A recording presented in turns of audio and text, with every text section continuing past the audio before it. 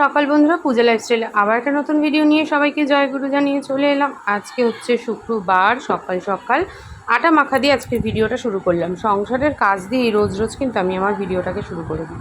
কী করবো বলো, আমাদের মতন মানুষদের, মানে আমাদের মতন মহিলাদের যারা হাউস ওয়াইফ, তাদের তো সংসারের কাজটাই হচ্ছে প্রধান কাজ। যদি আমি কোথাও চাকরিতেও বেরোই না কেন, সকালবেলা কিন্তু এই সংসারের কাজটা দিয়ে আমাকে শুরু করতে হবে। তাই হাউস ওয়াইফ হই কিংবা ওয়ার্ক ওয়াইফ হই, যাই হই না কেন, আমাদেরকে কিন্তু এই সংসারের কাজটা দিয়ে সকালের দিনটা শুরু করে ফেলতে হয়। মনা ঘুমে তাকাতেই পারছে না গো, কাল সারা রাত থেকে ঘুমাতেই পারিনি, এত গরম। আর ওর খালি মিষ্টি দিম্মার কথা মনে পড়ছে। আর কি হবে, যত মাসির কাজ এগিয়ে আসছে তত বেশি করে করে মাসির কথা আরও মনে পড়ছে। আর আমিও ঘুমিয়েছি কাল রাত্রির প্রায় 2:30-3টে হবে, একবার ঘুমিয়ে পড়েছি। আমি নাকি কি স্বপ্ন দেখে কুই কুই কুই কুই কী আওয়াজ করেছি, মনে দেখি জোরে ডাক দিচ্ছে, ও মামা, ব্যাস যেই রেখেছে আমার ঘুম পুরো ভেঙে গেছে। আবার ঘুমাতে ঘুমাতে সে 2:30-3টে বেজে গেছে। জানি না, যতই আমরা ভুলতে চাইছি, আমরা যেন ভুলে আর উঠতেই পারছি না। আমাদের যেন প্রত্যেকটা মুহূর্তে, প্রত্যেকটা সময় মাসিকেই বেশি করে মনে পড়ছে। জানি না, সবার সাথে আশা করি এটাই হচ্ছে, মানে সবার সাথে বলতে আমার বাড়ির লোক, আমার মা বাবা, আমার বোন, আমার মামারা, আমার মামি দিদা, এই যে প্রত্যেকটা মানুষ, মানে যারা আমরা মাসির সাথে ওতপ্রোতভাবে জড়িয়ে। আর মাসির মেয়ে, এর কথা তো আর বলার কোনো বাহুল্য নেই, এর কথা আর কী বলবো, ওদের তো মনে পড়বেই, এটা কোনো বলার বিষয়ই নয়। কিন্তু আমরা এত ওতপ্রোতভাবে জড়িয়েছিলাম, মানে মাসির মেয়ে যেমন তার মাসির মেয়ে ছিল, আমরাও কিন্তু কোনো অংশে মাসির মেয়ের থেকে কম কিছু ছিলাম না। এইভাবেই কিন্তু আমরা সবাই জড়িয়েছিলাম। তো এখনও ভয়েস দিতে গিয়ে আমার গলা কিন্তু মানে জড়িয়ে যাচ্ছে, আমি কথা যেন বলতে গেলে আমার আটকে যাচ্ছে, এরকম হচ্ছে। জামাকাপড়গুলি সমস্ত কেচে ধুয়ে মেলে দিলাম, এবার ঘরটাকে সবার আগে মুছবো। রান্নার ডাল সোমবার দেওয়া হবে, উচ্ছে বেগুন ভাজা হয়ে গেছে, আলু পোস্তটা এখন বসানো, ব্যাস তাহলে রান্নাবান্না কমপ্লিট। নিরামিষ দিনে এই এক সুবিধা যে রান্নাটা অন্তত তাড়াতাড়ি হয়ে যায়। চা বানিয়েছি আর নিয়েছি হ্যাপি হ্যাপি বিস্কুট। আমাদের বিস্কুট আনতে হবে, বিস্কুটে পোকা ছিল বলে ফেলে দেওয়া হয়েছে, আর বিস্কুট আনা হয়নি। আমাদের বাড়ির সামনের দোকানটা এখন একটু দূরে চলে যাওয়ায় আমাদের খুবই অসুবিধা হয়েছে বলতে পারো। টুকটাক কোনো কিছু শেষ হয়ে গেলে আনতে আনতে মনে হয় আরও 3-4 দিন সময় লেগে যায়। রোজই মেখে নিয়ে বেরোই, কিন্তু না, তাও জিনিস আর আনা হয় না, কারণ হয় তখন মনে থাকে না, নয় দোকান পার হয়ে যায় যখন মনে পড়ে, এই আর কি চলতে থাকে। আজকে তো রয়েছে আমাদের নিরামিষ, ডাল আলু পোস্ত এইসবই রান্না করবো, উচ্ছে বেগুন ভাজবো, ডালটা সোমবার দিয়ে দিলাম, আর ওদিকে পোস্ত, উচ্ছে কুমড়ো, উচ্ছে বেগুন ভাজা দুটোই হয়ে গেছে। ফেস প্যাকটা অ্যাপ্লাই করেছি, স্নানে যাব আর গণেশ গাছে হলো জল আনতে। একদিনে একটা করে ব্যারেল শেষ হয়ে যাচ্ছে, এত পরিমাণে গরম পড়েছে। তো গণেশকে বললাম আরেকটা জল এনে দাও, তারপরে বেরোবো। তো সেই ফাঁকে আমি স্নানটা চলো সেরে আসি, গণেশ আস্তে আস্তে নাহলে এসেই চিল্লাবে। আর কি বলো তো, ঘামের নাইটিটা না একবার খুললে আর পরতে পারি না। এবার অন্যান্য দিন তো তাড়া থাকে, চান করলে হবে না, দেরি হয়ে যাবে।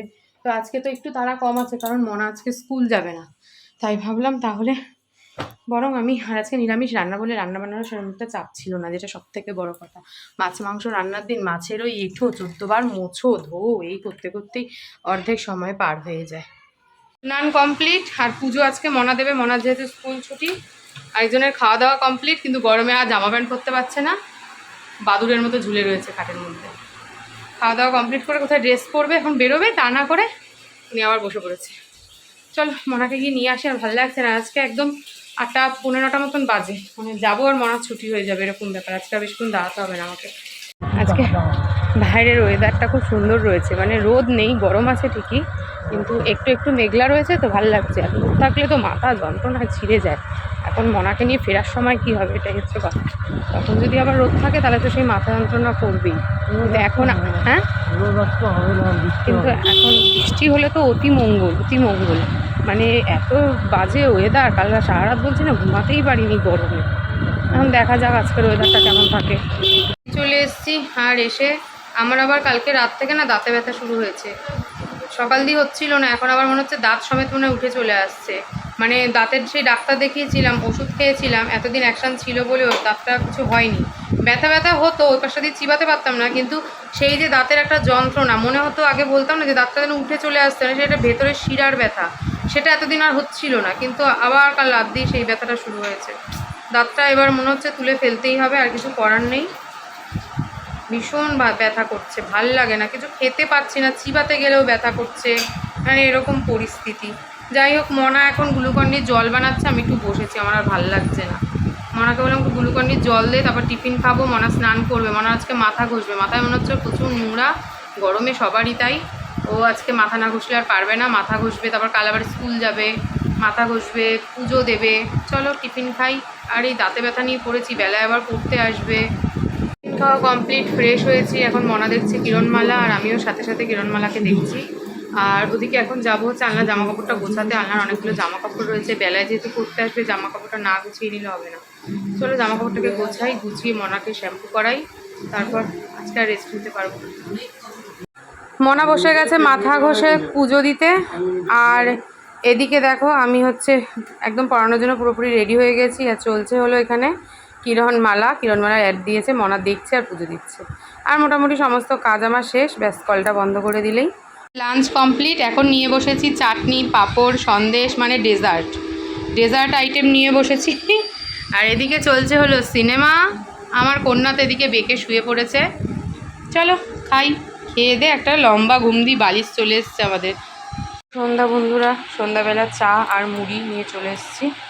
সন্ধে পুজো দিলাম, দিয়ে ওই ঘরে একদম টিউশনির জন্য মাদুর পেতে গুছিয়ে নিয়েছি। জানলাটা ওপাশে খুলে দিয়েছি।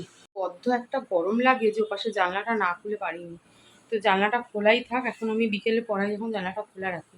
আবার সন্ধ্যের পর যদি মশা ঢোকে তাহলে বন্ধ করি, না হলে একদম টিউশনি পড়ি যখন উঠি 9টা সাড়ে 9টা তখন বন্ধ করি। কী পরিমাণে ঘেমেছি দেখেছো, কী অস্বস্তিকর গরম বলো দেখি। এখন বাজে হলো রাত্রি 11টা। আমি বসেছি হলো খেতে। মনার খাওয়া কমপ্লিট, গণেশের খাওয়া কমপ্লিট, লাস্টে আমার হচ্ছে রয়েছে ডালিয়া, আর পাশে নিয়েছি আলু ভাজা। ওরা খেলো ডাল আলু ভাজা দিয়ে ভাত, আসতে নিরামিষ। আমি ডালিয়া করেছি।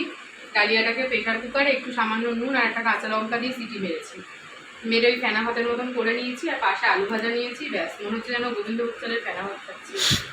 গোবিন্দভোগ চালের সুবাসটা নাকে ভাবতে হবে, আর ডালিয়া খেতে হবে, তাহলেই শরীরটা যদি সুস্থ হয়।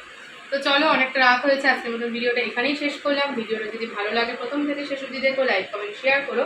আর চ্যানেলটা যারা এখনও সাবস্ক্রাইব করোনি ঝটপট করে সাবস্ক্রাইব করে দাও। আজকের মতো টাকা, দেখা হচ্ছে নতুন ভিডিও।